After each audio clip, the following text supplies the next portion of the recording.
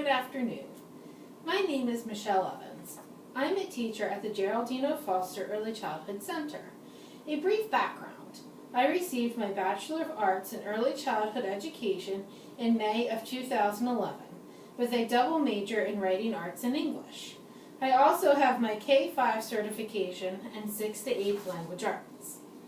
I interviewed in Bridgeton and Millville. I student taught in 3rd grade in the Millville Public School District.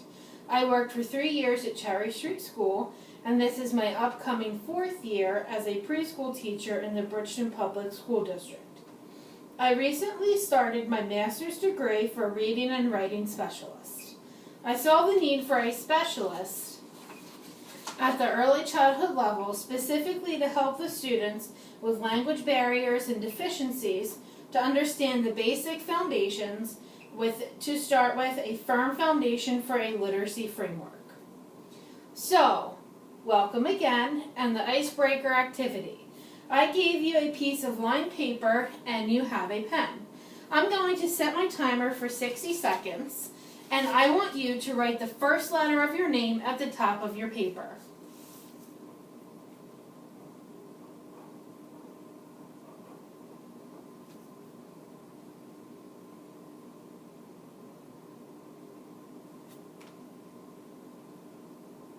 Okay, my timer is set for 60 seconds. You are going to write as many words that you can think of that start with the first letter of your name. Go ahead and start now.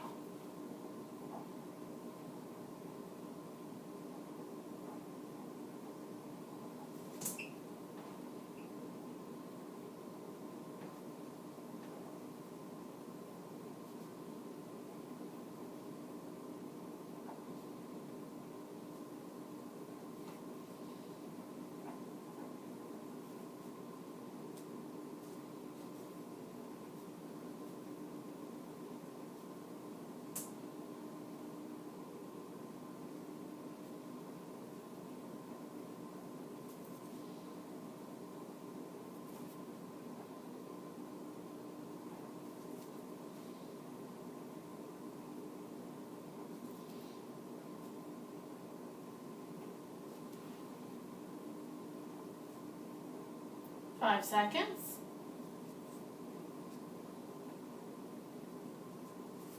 Okay, how many words did you come up with?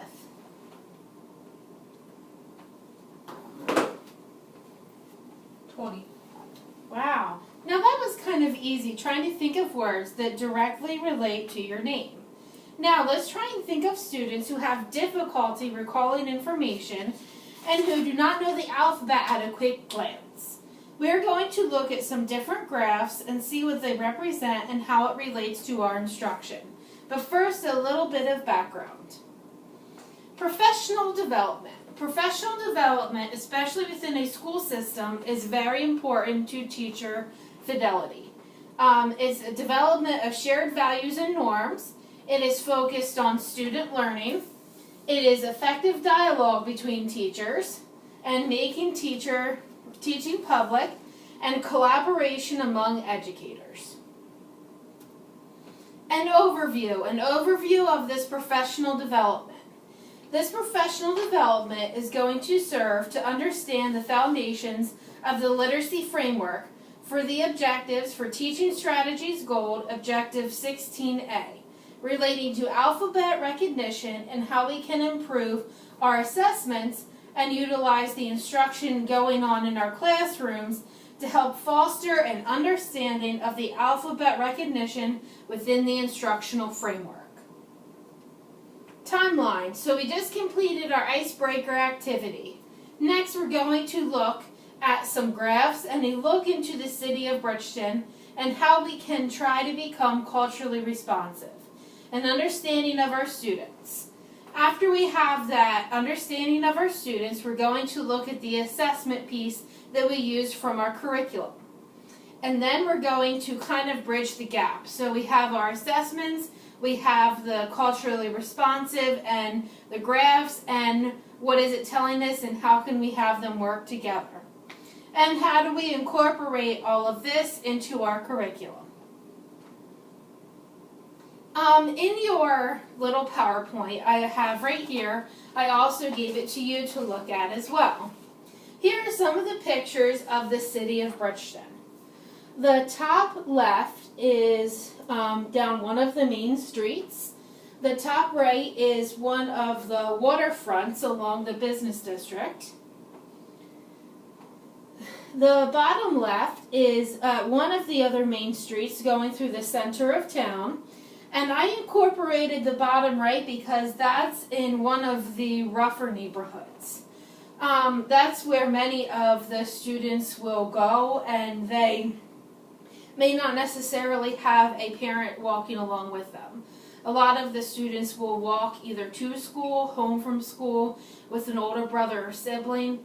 From kindergarten to third, they can start walking home by themselves. Next, we're going to look at some different graphs to see what they represent and how it relates to our instruction. It is going to relate to our instruction because we're going to go over the student population and the demographics for each elementary school. In Bridgeton Public School District, we have the Geraldine O. Foster Early Childhood Center for 4-year-olds. Then they are dispersed to the 6 different elementary schools, which are kindergarten to 8th grade. After they complete 8th grade and step-up programs, they go to Bridgeton High School for 9th to 12th grade. This is the first elementary school, and we'll look at the demographics. Broad Street School, it is 60, whoops, what is that? Looks like almost,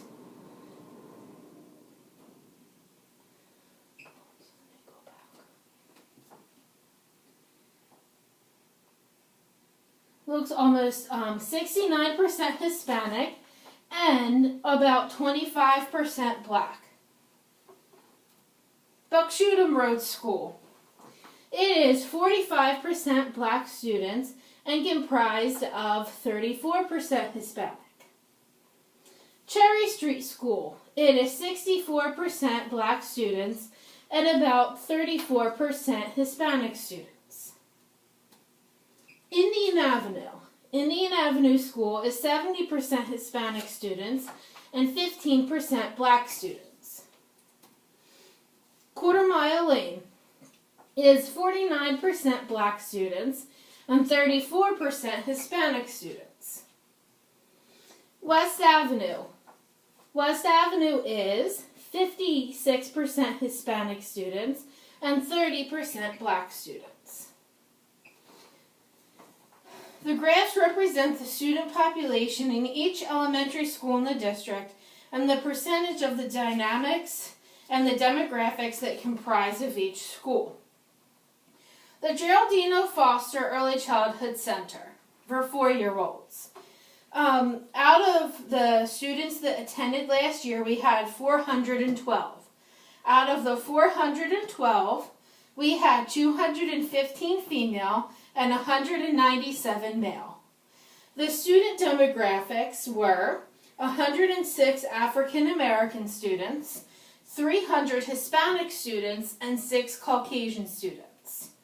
Out of the staff demographics, we had 15 African American students, 13 Hispanic, 46 Caucasian, and 6 other.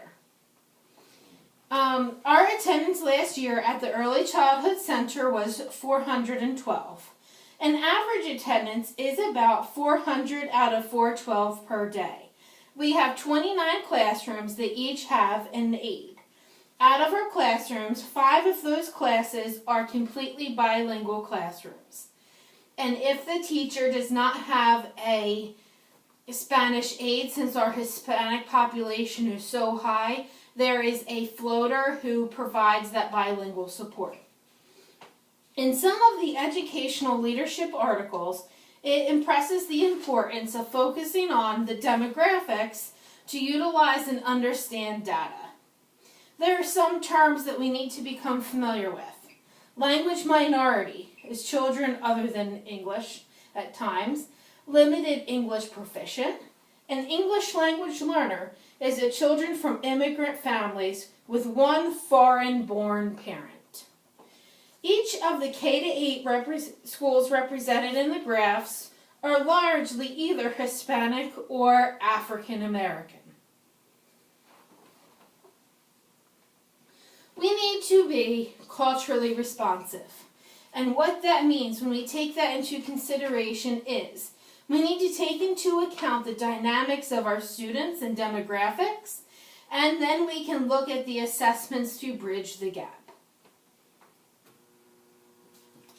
So, now we can look after we have reviewed the data from the graphs, and we see that the majority of the Bridgeton population is either Hispanic or African American. Now we can look at our assessment piece. What is our data telling us? Our data is from our curriculum and from our assessment. Our assessment that we use is called Teaching Strategies Gold, and it goes hand in hand with our curriculum. If you look at the book, Objectives for Teaching and Learning, the Teaching Strategies Gold goes through each of the domains and objectives that the students need to progress and what we have to evaluate them on each week. But we're going to specifically look at one objective, which is 16A, and how it relates to our everyday language, the curriculum, and the scope and sequence, and how we can map it out in our classroom. So I put one here on the PowerPoint, but I made a bigger graph so that we can take a look at it together. At the Geraldine O. Foster Early Childhood Center, the staff is committed to literacy. It was our student growth objective for the 2016-17 school year. We used our assessment system, Teaching Strategies Gold, as a guide. We incorporated part of the assessment piece from that to go along with our data collection for the period from September to April. Out of my 15 students, personally, 2 of them still remain below level. If you look at the one sheet that I gave you, the alphabet recognition game, that is the assessment piece that we used. There are cards to go along with it, so after we determine their levels in September, we would use that once a month to see if they progressed. Literacy training. Now, here's where it gets to the good part. What is our data telling us? In regards to professional training on student growth objectives and literacy, we were not given a lot of specific training for SGO guidance and how to meet it in our assessments. So, the teachers met together. At the Early Childhood Center, each of the 4 classrooms is represented by a different color pod. So we decided to collaborate, and we met in our different color pods and we formed professional learning communities. We met each month in our professional learning communities by our color pods to accumulate information and to see where our students were. If a student was at a not yet or a 2, they had to move up 2 levels. If they were at a 2, they had to move up 4 levels in order for us to meet our student growth objectives. We'll talk about this chart more in a little bit. Each level has a specific targets, a specific that the students have to meet before a teacher can move them up to the next benchmark. They are divided by columns. So now we will look at the chart together. This is Objective 16A, demonstrates knowledge of the alphabet. So here are the columns. Not yet, 1, 2, 3, 4, 5, 6, 7, 8, 9. So for not yet, it would be they can't remember anything. They don't know. If you hold up a letter card, they can't tell you. They'll say a letter, a shape, a number, but it's not correct. That would be not yet 1. At 2, recognizes and names a few letters in their own name. That would be if I were to show you a few cards. Your name is Ashley, so you could recognize maybe the A, the capital A, or the L, or the Y. 3, 4. This is where you see the color bands, and we'll talk about that in a little bit. Ideally, this is where they should be starting preschool between a 3 and a 4. Recognizes and names as many as 10 letters, especially those in your own name. 5, 6, we move up. Identifies and names 11 to 20 uppercase and lowercase letters when presented in random order. That is the key. So we were specifically told in some of our trainings that you have to look for all of these qualifications. My name is Michelle, so if I can recognize Michele, that's great. I would be at a level 4. So if I recognize the letters in my last name as well, I can move up to a level 5. But if I still can't recognize, and the teacher sits with me and we are going through the cards, but I only know them by A, B, C, D, E, F, G, and you see those students, they would still be at a level 5. You cannot move them up unless they have all of the identifications, all of the markers met on each of those columns. Overall, many of our students in our district for 4-year-olds for the 2016-17 school year did not meet the SGO goal. So if they were at a not yet, they did move up to a level 2. Recognize and names a few letters in their own name. If they were at a 2 in September, they were supposed to move up to a level 6 by April, recognizing 11 to 20 uppercase and lowercase letters when presented in random order. That is what our data is telling us, that our students could not meet this between 4 and 6. Out of our 29 classrooms, that many of our students could not meet these goals. So my question is, why? Why couldn't they meet these goals? Teachers had different reasons as to why they did not meet the targeted levels. Language barrier, they missed a lot of days, retention problems, did not focus well.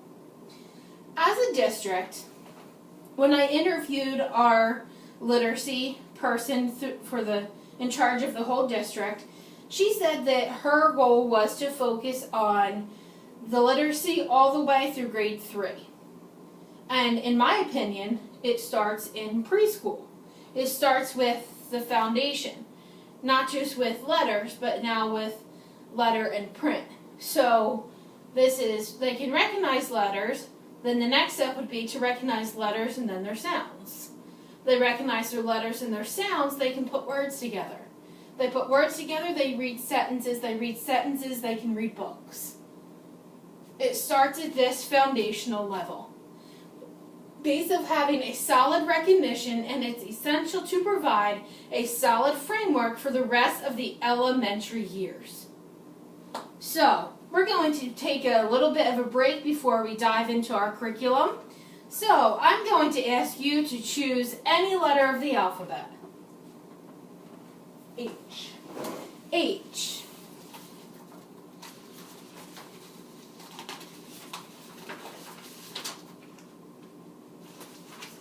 Oh, this is a good one. So these are little cards that I found that we can laminate. I laminated these in my classroom. And it has a letter, and then it has some gross motor suggestions for you to do to accompany each letter. So the idea would be for them to use not just their fine motor skills, but gross motor skills to remember the letters. So you chose H. So we're going to stand up. H says hop. So we're going to hop in place. This says hop on one foot. Hop on both feet. Hop forward. Hop back. Hop sideways. Very good. You can go ahead and take a seat. See, that was a nice little break. So when students get overwhelmed with centers and after read aloud, these are nice little brain breaks for them.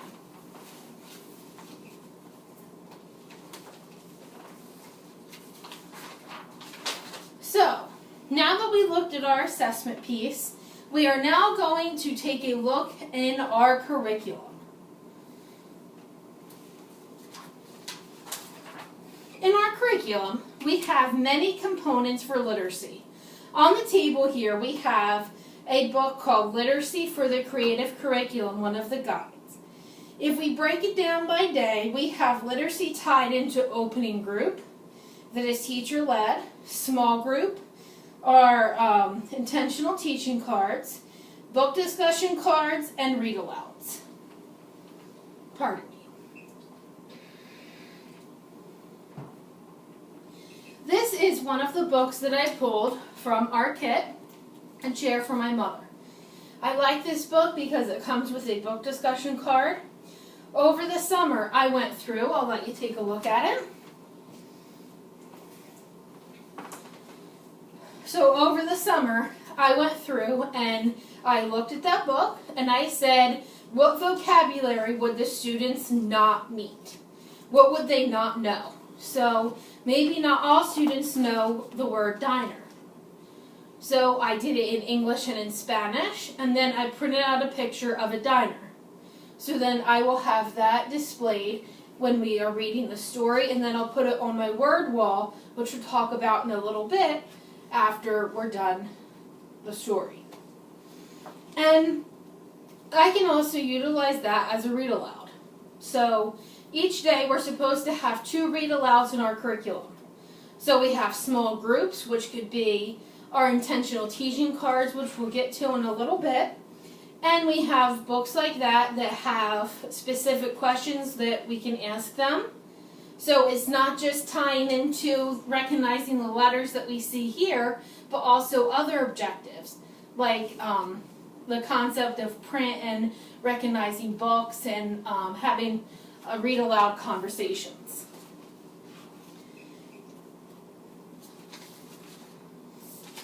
Okay, in the interest areas, that's when we have a lot of opportunities to incorporate the alphabet recognition as well.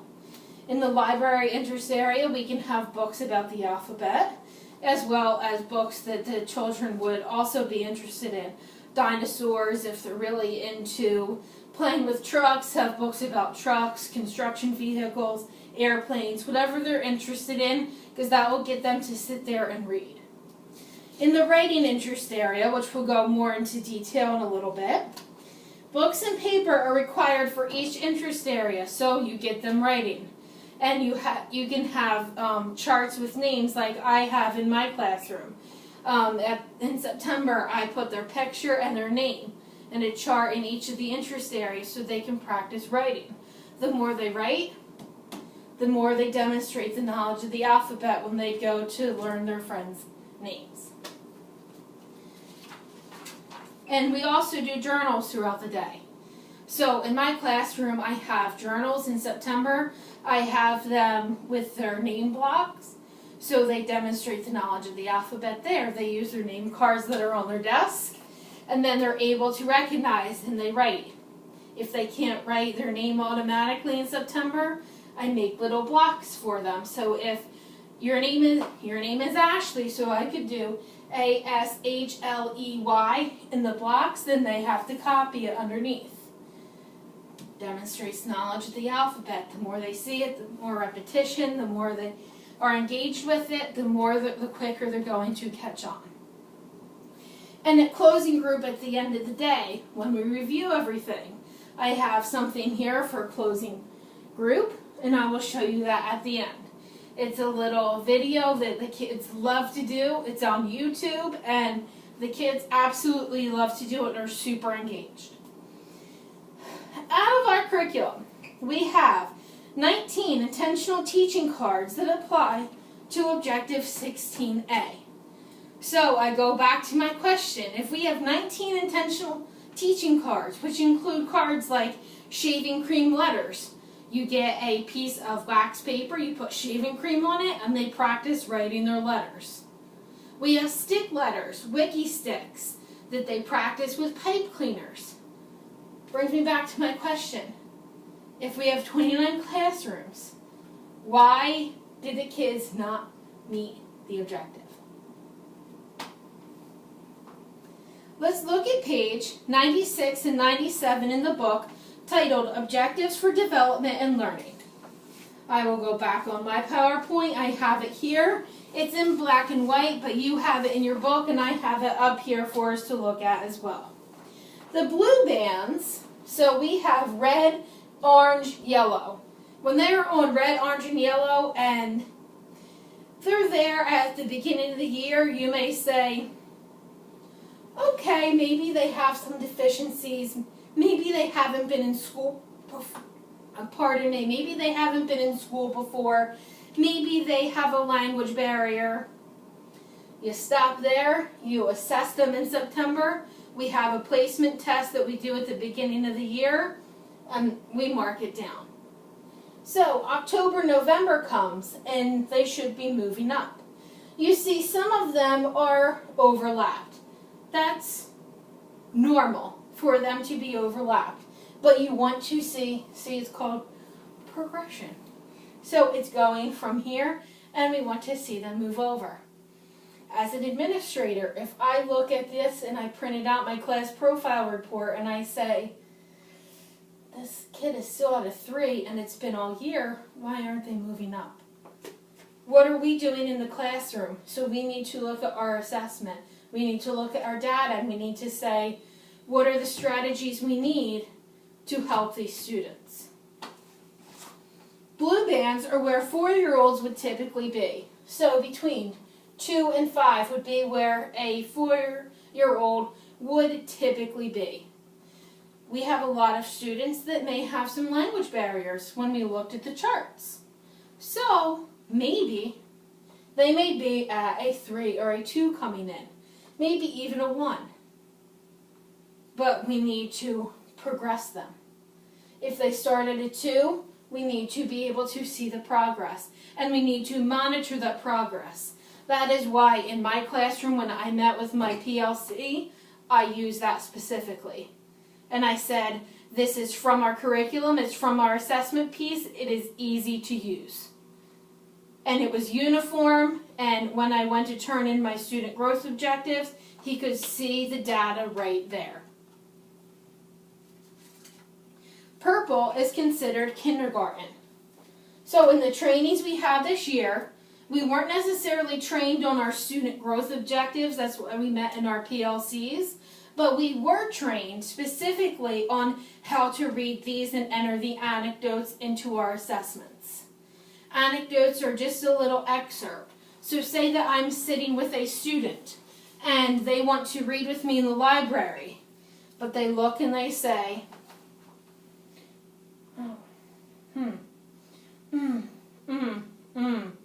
oh, Miss Evans, this has an M on it. Miss Evans, this has an M on it like your name. Look up there. That would be a great anecdote. And that could fall under a bunch of objectives that we can record to see that these kids are making connections. They recognize the letter and they make a connection to my name.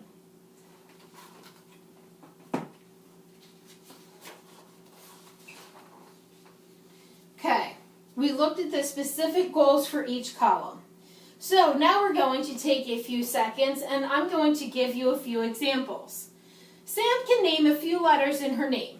So let's look here. Would she be considered a level 1? No. Recognizes and names a few letters in her own name. She would be considered a level 2. So when I enter it into my computer for a teaching strategies goal, it is all there for us. We enter the anecdotes, we level the child, and then we see where we can move up. Teachers can use this piece to help with their instruction. Liam can identify almost all the letters of the alphabet when presented in random order, uppercase and lowercase. He can do so without teacher support, and he can do so individually. He would be considered a level, let's see, he can do more than a level 4, 5. Can he identify 11 to 20 upper and lowercase? Yes. Can he do it when presented in random order and individually? Yes. Now we're going to look at some articles that I have been looking at pertaining to this professional development specifically. There was one article that I read by Chard and Osborne titled, Phonics and Word Recognition in Early Programs, Guidelines for Accessibility. 4 important characteristics of alphabet development are a variety of alphabet knowledge games, games and songs to help children learn the alphabet quickly, writing activities, and sensible sequence of letter introduction. That applies to our assessment, but how do we apply it directly into our classroom? That's the missing piece. So, our intentional teaching cards that we have, our Mighty Minutes that we have, the little cards that we use during our opening group, all of them have the objectives right on there. Look for 16A if that is your goal. Opening group, our journals, anything to get them to write. The more they write, the more they're recognizing the letters.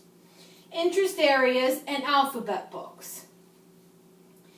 In another article titled, Critical Components of Early Literacy, Knowledge of Letters of the Alphabet and Phonics Instruction, the author would provide specific ideas to help the classroom environment embrace the alphabetic principle. Excuse me for 1 second.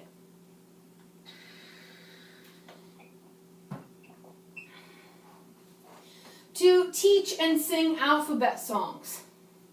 To read alphabet books regularly. To keep alphabet charts in the classroom and posted at students' eye level. That is of utmost importance. It is also related to our early childhood environmental rating scale. You're sitting here, and I put it right here so that you could see it. I wouldn't put it all the way down here because the table would be blocking it. I wouldn't put it all the way up at the top because it wouldn't meet your eye level. So when students are sitting at tables, and our tables at preschool are lower than this, that needs to be at eye level. Think of how tall they are. So, the stuff that they're going to be looking at regularly needs to be at their level. That's why our shelves are so low. That's why our toilets are so low. That's why our tables and sinks, everything needs to be able to fit them. We focus on letters that have special meaning to the students, such as those in their names.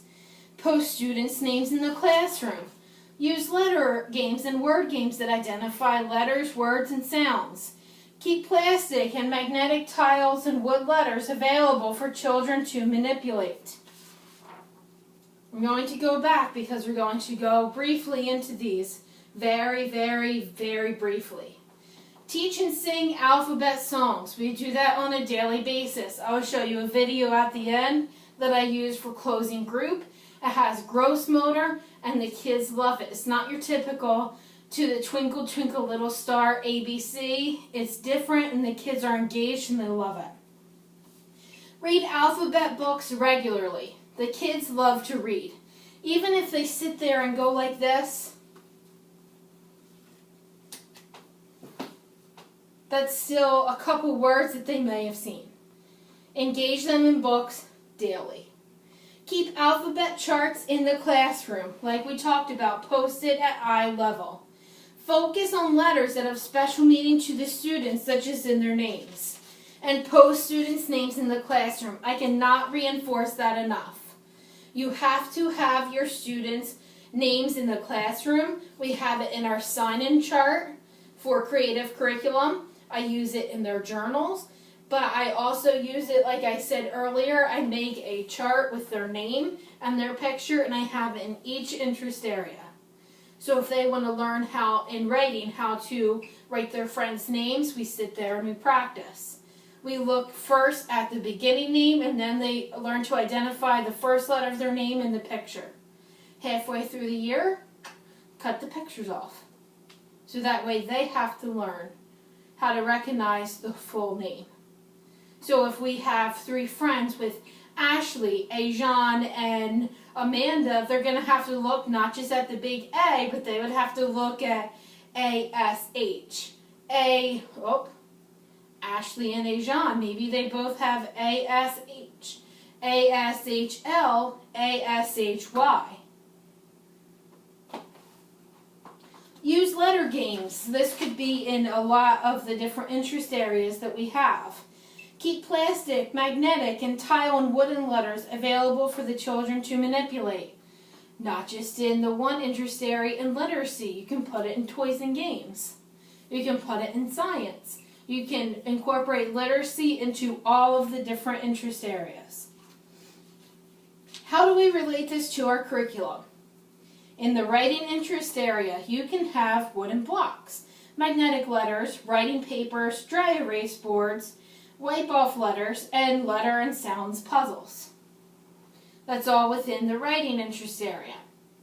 In toys and games, you can have interlocking blocks and alphabet posters that could be utilized. And with the interlocking blocks, I have blocks that have the letters. If you don't have blocks that have the letters, get a Sharpie, write the different letters on them so that way they can practice finding the different letters, then putting them together to make their name. In the Art Center, they can utilize Wiki sticks and Play-Doh mats and alphabet stamps to make the alphabet letters.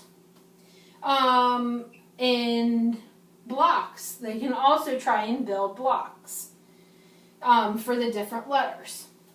On the table is a book from our curriculum, Literacy Volume 3.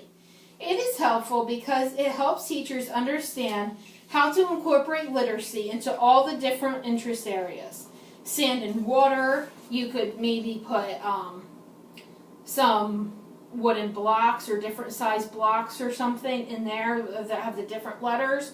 Art, we talked about that. Science, literacy, library, blocks, dramatic play. Dramatic play is another one for them to recognize demonstrating knowledge of the alphabet.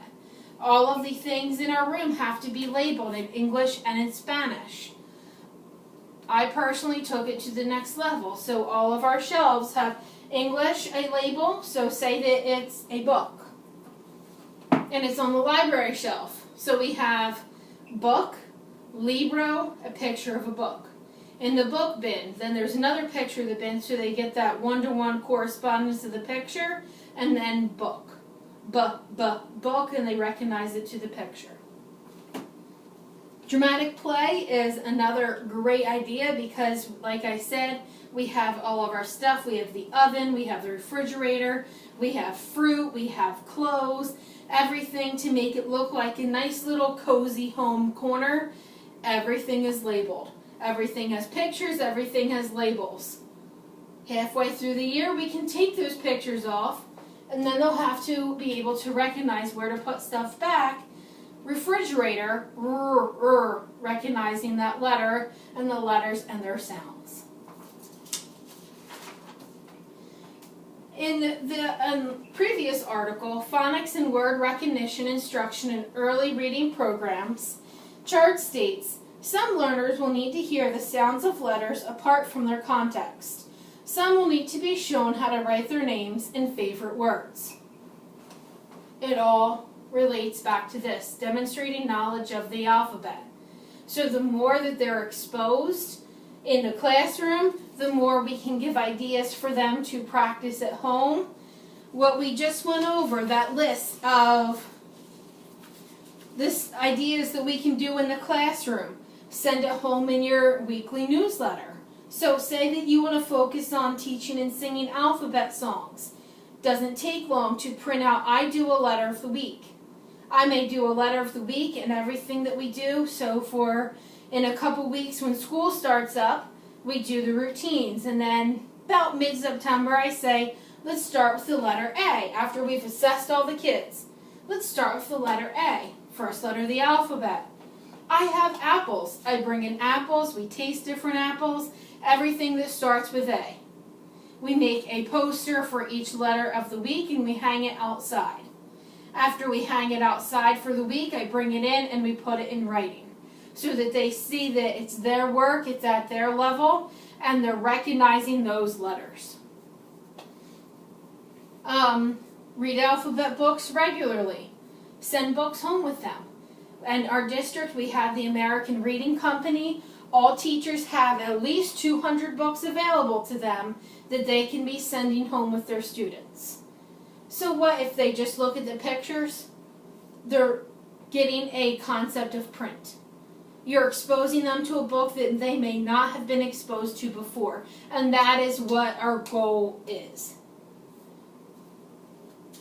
Alphabet charts in the classroom, have them do alphabet charts at home. Work on the letter A, have them practice the letter A at home. Focus on letters that have special meaning. So if you're working on the letter A, maybe I want you to bring in something with the letter A. You bring in a picture of yourself because your name is Ashley. Maybe I like airplanes and I bring in an airplane. Perfect example as well. Letter games and word games. So if you find one that the kids love in the classroom, you send that home with the parents as well. If the parents choose not to practice with their students, we cannot, as staff, cannot be held responsible if they do not choose to practice. But at the end of the day, I know that when I go home, I send it home and I'm doing the best that I can for these kids. I have sent home wipe-off boards. I laminate their names and I send them home. If you get little sheet protectors, that's an easy way so you don't have to spend money on lamination. Sheet protectors, a dry erase marker, and they can just keep wiping it off with a little Clorox wipe or a tissue. Easy. This aligns, so let's read this quote again. Some learners will need to hear the sounds of letters apart from their context, and some will need to be shown how to write their names and favorite words. We do that all the time. This aligns with our curriculum and ideologies throughout the district. I gave you a copy of the literacy book to focus on our curriculum letters and words. It gives examples of important skills that children will learn within the domain of literacy and how to promote it in the classroom. It gives specific Mighty Minutes, intentional teaching cards specifically relating to alphabet recognition that is available in our curriculum. It is extremely helpful for the teachers as they start to prepare for the school year. This can be found if you want to take a look on pages 25 to 27.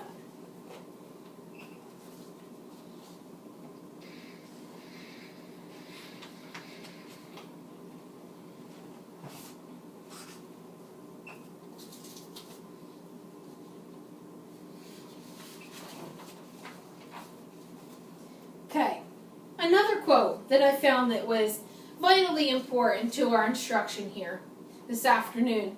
Phonics knowledge is the preliminary step towards fluent reading. This phonics knowledge, the alphabetic principle, understanding it, is the preliminary step towards fluent reading. Most children will be able to succeed in reading with experience in these areas. That is why it's so important to make sure that when we see that there is a gap in our assessment, that the next year we look and we say, how can we improve? If they go to kindergarten and they're still behind, so they're supposed to be between here. They go to kindergarten and we're still not being able to help them meet those objectives. They're going to kindergarten only recognizing and naming a few letters in their own name when they're supposed to know all 11 to 20, or hopefully all of them represented in random order.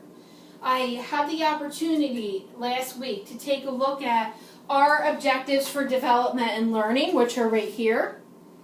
And I printed out the scope and sequence for kindergarten. And let me tell you, between what they have to learn from preschool, the beginning of preschool, to the beginning of kindergarten, is a gap. We have a lot to fill.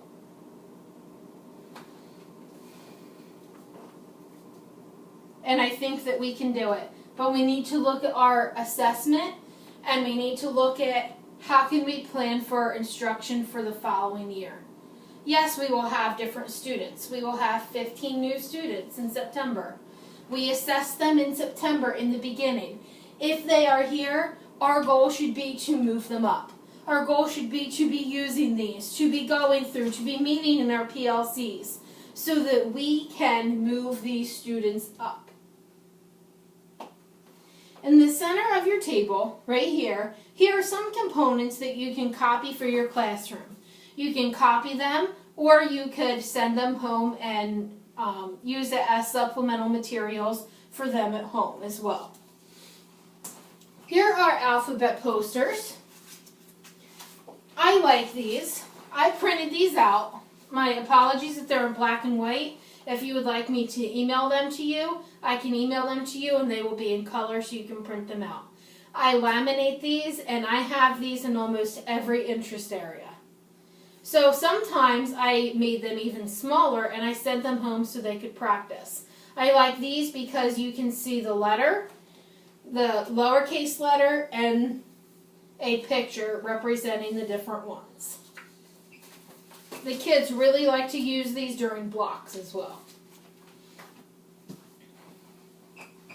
Here, I printed these out. I actually printed out 2 copies, one for me and one for my aide. And I put these on a little metal ring. I laminated these, cut them out, so whenever we have a little bit of time before we go outside, if we're standing in line, I'll say, okay, what's our letter of the week?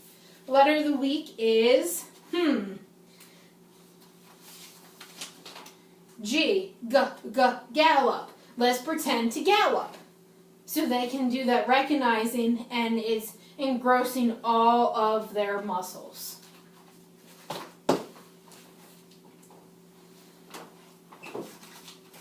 Another thing I have at the center, the boys specifically like this one. It is a little card game, so you can laminate it. Again, I can send this to you in color. We can laminate it, and it's called Parking Lot ABC. So you can set it up like a parking lot, kind of like Monopoly. So what you could do is, there's uppercase and lowercase. Very, very important. I like to start with mainly the uppercase for a few weeks, and then I introduce some of the lowercase letters. So you could laminate all of these. You could cut them out in the strips, do it kind of like a Monopoly board, like a square. Then, for the parking lot, or you could do it in rows, then you could have a car, so 2 students working together. One has a car, one has a stack of cards like this. Let's just use these for an example. So, they could say, and closer to the end of the year, random order. So, one student could say, A. So they would have to drive their car to A. Then the next student would practice. They would take turns back and forth. It gives them that social, emotional, cognitive piece of back and forth that we assess, and is the letter recognition. Everything can relate back to letter recognition. Another piece that is one of my students' absolute favorites, I've provided 2 examples. This one example is a piece that you could do with, you can print it out, and I like how it has the lines going down so they can see how to form the letters. You can laminate these and put these in the writing center. Same goes for these. These don't have the arrows, but if you would like to, you can always draw the arrows on there so that they know. You can laminate these. You could make copies of these for each, at the beginning of the year for each student so they can, so they can practice. Or you could get a little, at the beginning of the year, a pocket protector and have them send one home each week, and then they can practice that at home as well.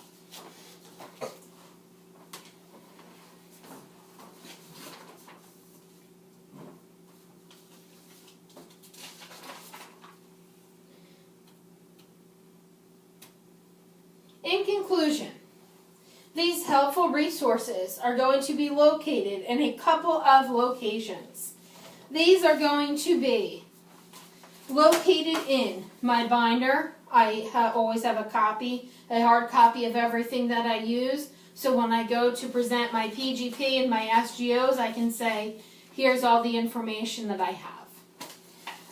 In the teacher's lounge, in the binder, I will leave them there as well, and in the master teacher's office. If you would like to email me the resources and I can email it to you instead so they are in color, you can always see me afterwards. Do you have any questions? Thank you very much for listening.